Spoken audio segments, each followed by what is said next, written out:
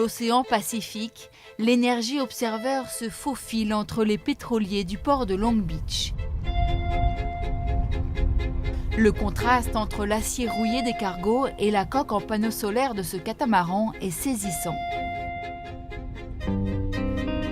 Alors il y a plein de sortes de panneaux solaires. L'idée de ce navire laboratoire, c'est de tester un petit peu tout. On a des panneaux bifaciaux avec des cellules qui sont écartées pour pouvoir avoir l'ensoleillement à l'intérieur du navire. L'équipage français, mené par le capitaine Victorien et Russard, fait le tour du monde pour tester l'efficacité des différentes énergies renouvelables en milieu extrême. Là, c'est une mauvaise journée. Il y a une nébulosité à 100%. Il n'y a pas de soleil, donc on ne produit rien dans le photovoltaïque. C'est là que c'est intéressant d'avoir de l'hydrogène dans ces réservoirs. Et en cas de problème, on démarre notre petite pile.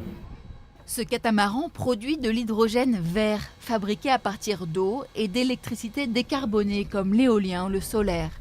L'hydrogène vert concentre tous les espoirs car il permet de résoudre un casse-tête énergétique, le stockage des énergies renouvelables. Oui, c'est ici qu'on stocke nos réservoirs. Alors ça prend pas mal d'espace, mais ça prend moins de volume que les batteries. À poids équivalent, on a quand même 8 fois plus d'énergie avec l'hydrogène qu'avec les batteries. L'Energy Observer navigue en autonomie totale grâce à une chaîne de production d'hydrogène intégrée au bateau. Là, c'est l'électrolyse. C'est là qu'on casse la molécule H2O. Là. L'énergie solaire alimente l'électrolyse qui sépare les molécules d'hydrogène et d'oxygène présentes dans l'eau de mer. L'hydrogène est ensuite stocké, puis transformé à nouveau en électricité grâce à une pile à combustible. L'autonomie énergétique montre qu'on est capable de le faire, mais en fait en conservant des vitesses faibles. C'est pour ça la vitesse moyenne de ce navire, c'est 5 nœuds. C'est un peu le modèle de ce qu'on doit faire sur Terre. On doit ralentir un petit peu pour aller beaucoup plus loin. Si la Californie mise sur l'hydrogène vert pour booster le développement des énergies renouvelables, l'hydrogène bleu représente encore 80% de sa consommation. Bien moins cher à produire, il est extrait du gaz naturel et décarboné en captant les émissions de CO2. En 2016, Mark Mobley a déboursé 50 000 € pour acheter une des toutes premières voitures à hydrogène en vente en Californie. Elle est silencieuse, tout est bien compact dans les voitures à pile à combustible. Il y a une accélération très rapide comme ça, mais je ne le fais pas souvent car cela gâche de l'hydrogène. L'État compte aujourd'hui 10 000 voitures à pile à combustible en circulation. C'est le deuxième plus grand parc au monde. Pour faire le plein, direction cette station-service. La voiture de Marc arrive en silence, comme si elle glissait sur le macadam. Ici, pas d'essence, mais de l'hydrogène. Temps de passage à la pompe, 10 minutes, c'est 4 fois moins qu'une recharge électrique.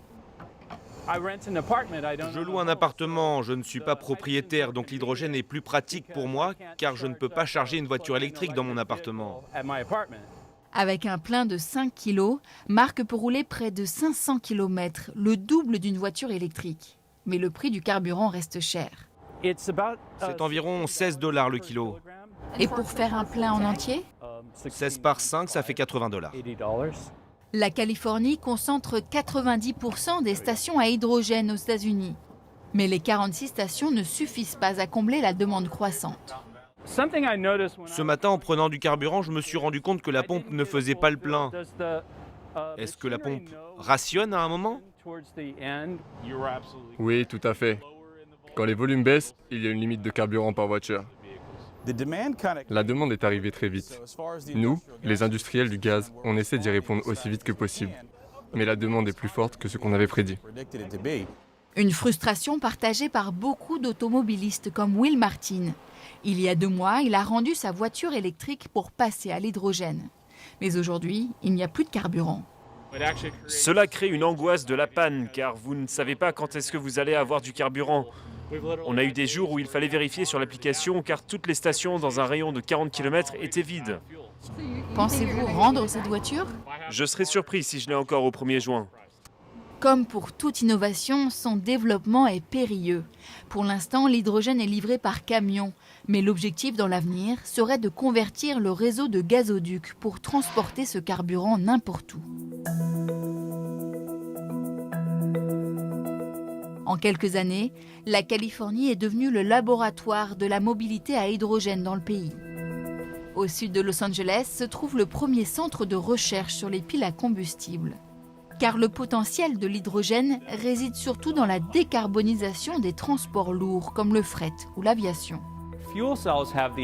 Les piles à combustible ont l'avantage de faire le plein plus rapidement, d'être plus légères, ce qui permet de transporter plus de passagers pour le fret ou autre.